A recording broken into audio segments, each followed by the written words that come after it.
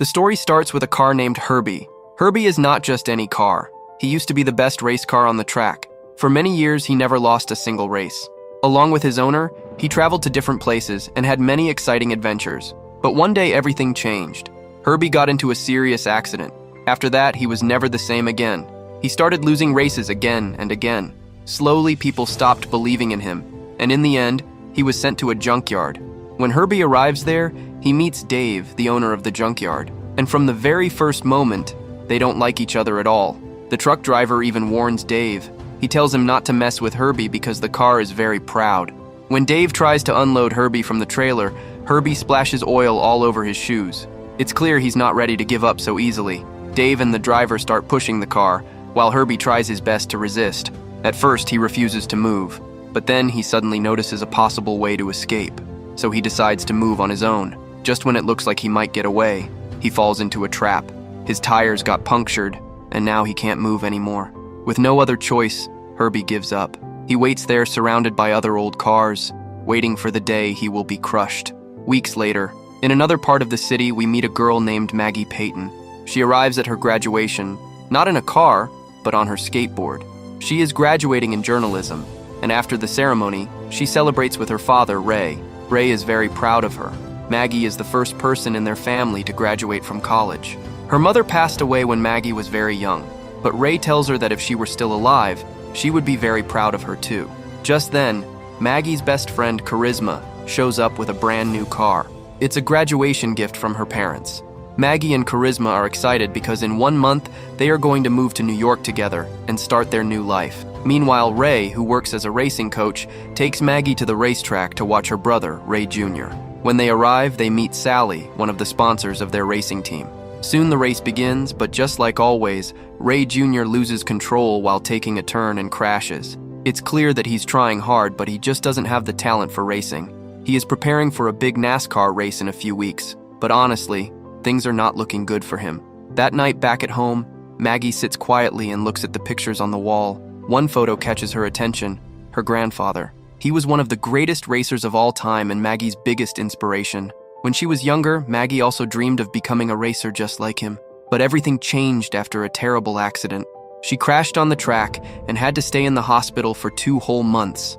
After that day, her father strictly told her no more racing. Before going to bed, Ray reminds Maggie that the next morning, he will finally buy her a graduation gift, just like he promised. The next day, they go to a junkyard so Maggie can pick her car. Meanwhile, Herbie is watching everything.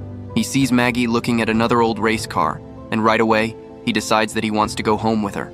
Herbie tries to move closer, but he can't. His rear wheels are missing, so he's completely stuck. Just then, things get worse. The workers start towing him away straight toward the crusher. This is his last chance. Herbie honks loudly, trying to get Maggie's attention, but she is busy looking at a Nissan right in front of him. She is just about to make the deal with Dave, when suddenly Herbie breaks free from the crane at the last second and crashes right on top of the Nissan. Now the Nissan is ruined. With no better option left, Maggie decides to take the Beetle instead. And just like that, Herbie finally finds a new home. Later, Ray fixes a few small things in the car and tells Maggie to drive it to the repair shop so Kevin can check it properly. When Maggie sits inside the car, something strange happens. The glove box suddenly opens on its own.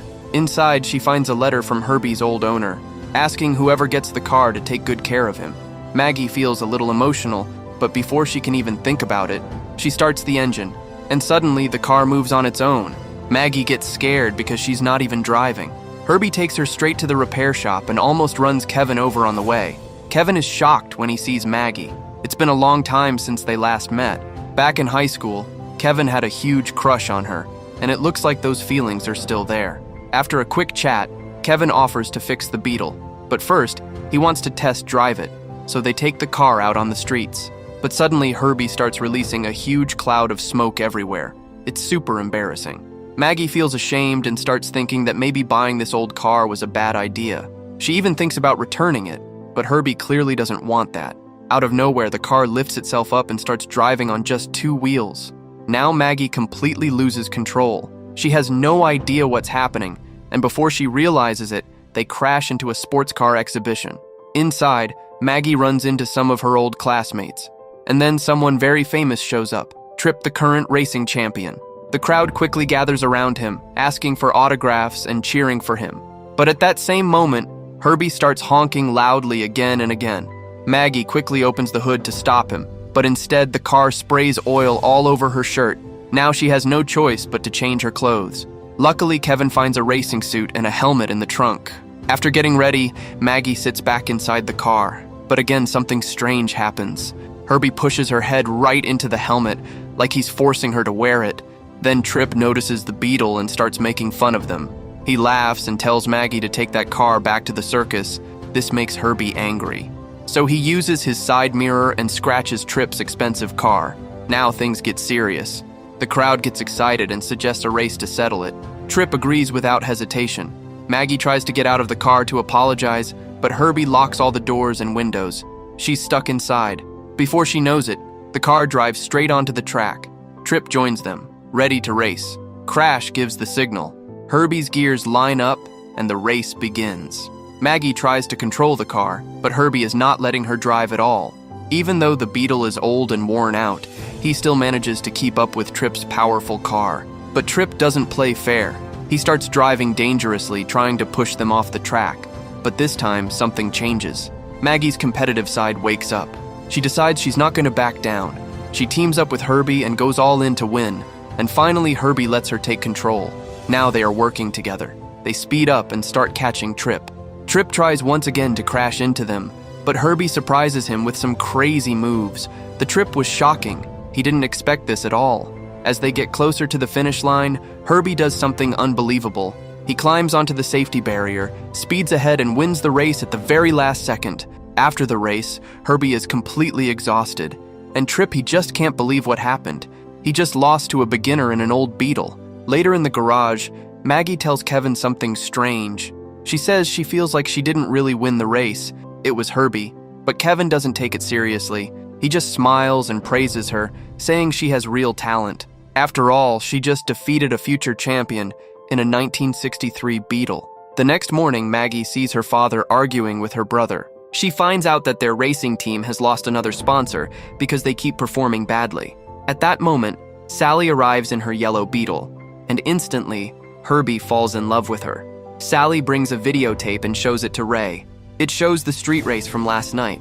Ray is shocked to see that the car Maggie bought from the junkyard actually won a race. But instead of being happy, he gets angry. Because Maggie raced again. He had clearly told her to stay away from racing. To calm him down, Maggie quickly lies. She says she wasn't driving, it was someone named Max. And from that moment, she decides that Max will be her racing name. While Maggie quietly enjoys her win, Trip is burning with anger. He can't accept his defeat. His friend Larry tries to calm him down, saying it was just a street race and no one cares. But Trip's ego is hurt. He wants revenge. So he orders his team to organize a big 2-day race, sure that Max will show up. Later, Maggie goes back to Kevin's shop. Kevin shows her his new idea to fully upgrade Herbie into a real race car. But Maggie feels guilty. She tells Kevin she can't race anymore. After her accident, she promised her father, and now she already feels bad for lying to him. While they are talking, Herbie notices a newspaper with an ad for a race. The prize is $10,000. When Maggie sits inside the car, Herbie shakes his hood and makes the newspaper stick to the windshield. Maggie sees the prize money and starts thinking. This money could help her move to New York and start her new life. Kevin then makes her an offer. If she agrees to race, he will fix Herbie for free. And if she wins, they will share the prize money. Maggie is scared, but she also knows this might be her only chance. So she says yes. And just like that, the journey begins. Maggie and Kevin start working hard on Herbie. They clean him, fix his parts, and slowly turn him into a proper race car. At the same time, Maggie starts training again. And after all the work, Herbie looks better than ever. He even gets a sunroof, making him look cooler than ever. Meanwhile, on the other side, Trip and Crash are getting curious. They want to know what makes this old Beetle so special. Trip is determined to find out the secret hidden under Herbie's hood. That same night, Maggie overhears a conversation between Ray and Sally, and what she hears really shocks her. Her father is about to lose his last investors because her brother keeps losing races. This hits Maggie hard. Now she feels even more pressure. She decides that no matter what, she has to win the next race. Finally, the big race day arrives. Trip is surprised when he sees Herbie again, now fully upgraded, even with a turbo. He gets curious and asks Maggie how she met this mysterious Max. But before things go further, Kevin arrives just in time. The race begins. Dozens of cars enter the track, but only one can win. Whoever wins today will face Tripp in the final race the next day, and if they win that, they'll take home $10,000. As expected, Maggie and Herbie perform amazingly. They beat all the other racers and qualified for the final round. Later, Tripp watches the race footage carefully, and then he notices something. A small lock of red hair coming out from under Max's helmet. That's when he realizes the truth. Max is actually Maggie. That night, Herbie spots the yellow Beetle again and drives toward her. When Maggie and Kevin see this, Maggie finally admits the truth. She tells Kevin that Herbie is not a normal car, he has a mind of his own, and now she accepts it. Kevin smiles and gives Maggie a necklace as a good luck charm. Then the moment gets a little emotional. They almost kiss. But suddenly Tripp shows up and interrupts them with his headlights. He asks Kevin to leave because he wants to talk to Maggie alone. After Kevin leaves, Tripp starts talking seriously. He asks Maggie why she isn't driving as herself, when racing is clearly in her blood. Then he reveals something surprising. He says he became a racer because he admired Maggie's grandfather. Finally, he offers her something big. He hands her the keys to his own race car and asks if she wants to feel what it's like to drive a real machine. Maggie agrees and goes for a ride. Meanwhile, Herbie watches everything and gets jealous. At the same time, Tripp tries to inspect Herbie, but Herbie is not scared at all. He sprays fuel straight into Tripp's face and slams his hood on his head. Tripp gets furious. He grabs a tool and starts hitting Herbie again and again, but Herbie doesn't even get a scratch. His body is stronger than it looks. When the Tripp turns around, Herbie even mocks him. A few minutes later, Maggie comes back, super excited. She says it was the best driving experience of her life. Then Tripp raises the stakes. He says that in tomorrow's race, the winner won't just get $10,000. They will also take the loser's car. At first, Maggie refuses, but then she thinks about her father and the team's problems. Tripp's car is very expensive. If she wins it, she could help her father, and she believes that she and Herbie can win, so she accepts the deal. But Herbie hears everything, and he feels hurt. He feels like Maggie is ready to replace him. The next morning, Maggie meets Charisma in the kitchen. Charisma suggests that they should move to New York earlier, but Maggie says she has an important race today and asks her to come watch. They both go to Kevin's shop, but Kevin looks worried. He tells Maggie that Herbie is acting out of control. He asks her to talk to him and calm him down, but instead, Maggie makes things worse. She starts telling Herbie that he must listen to her and do exactly what she says. Now Herbie feels hurt and angry. Soon they reach the track. Both cars line up side by side, ready for the big race. The signal comes and the race begins. At first, Herbie takes the lead, but slowly he starts falling behind. And then, just before the finish line, Herbie suddenly stops. He loses the race on purpose. Maggie is shocked. She gets out of the car, confused and upset. Then Tripp tells her it's time to show everyone who she really is.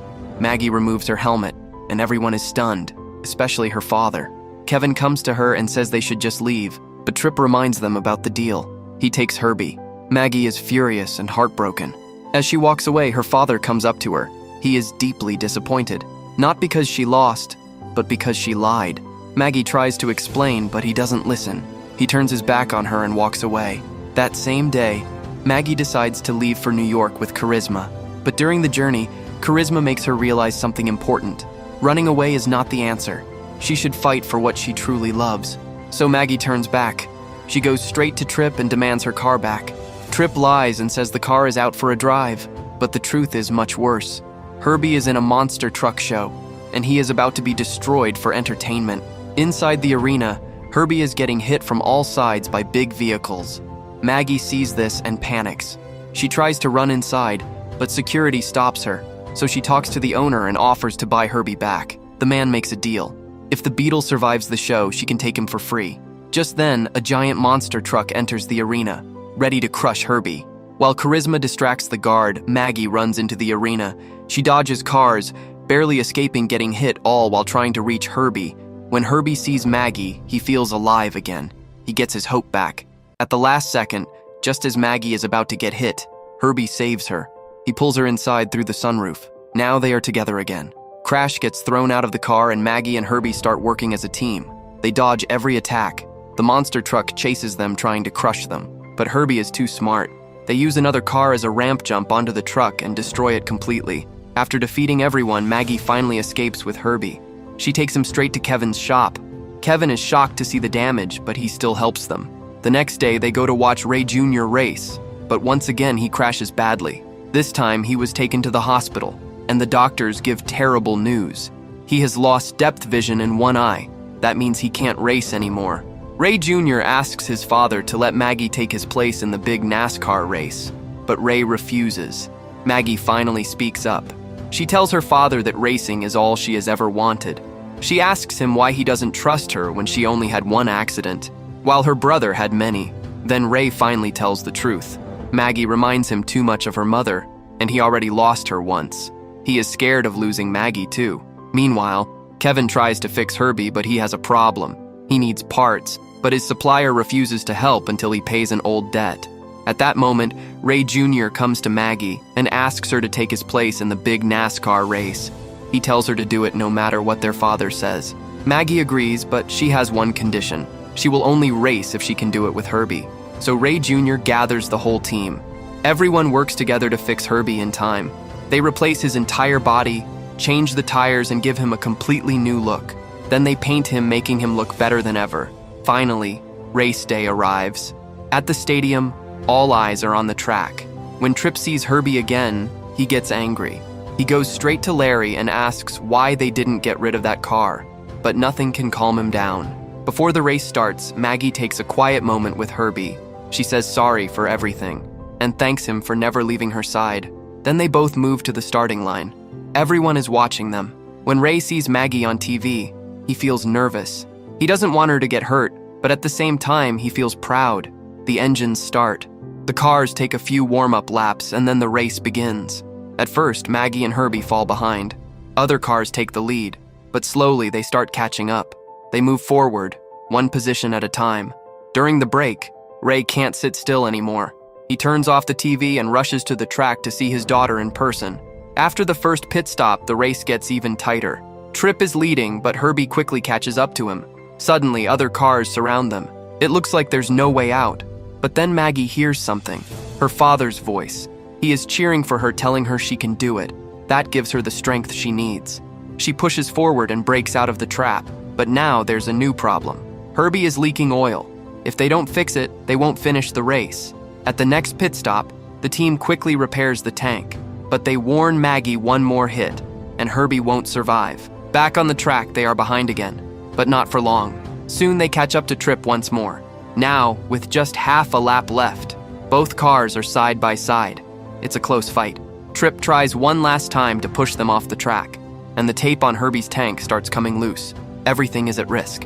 Then suddenly Maggie loses control and crashes into the wall. Tripp's car spins out, blocking the track.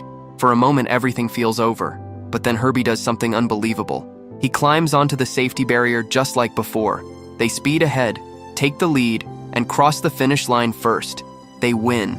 With this victory, Maggie becomes the first woman to win a NASCAR championship. Everyone celebrates. Her father, her brother Kevin, all of them are proud. Meanwhile, Tripp walks away in anger, still shouting that the car is alive. Finally, Kevin gets his moment. Maggie kisses him and thanks him for always supporting her. Weeks later, life is better. Ray calls Herbie back home, saying there's another big race coming. And now, Herbie is not alone anymore. He has found his perfect partner, and maybe even love. So guys, if you enjoyed this story, don't forget to like and subscribe.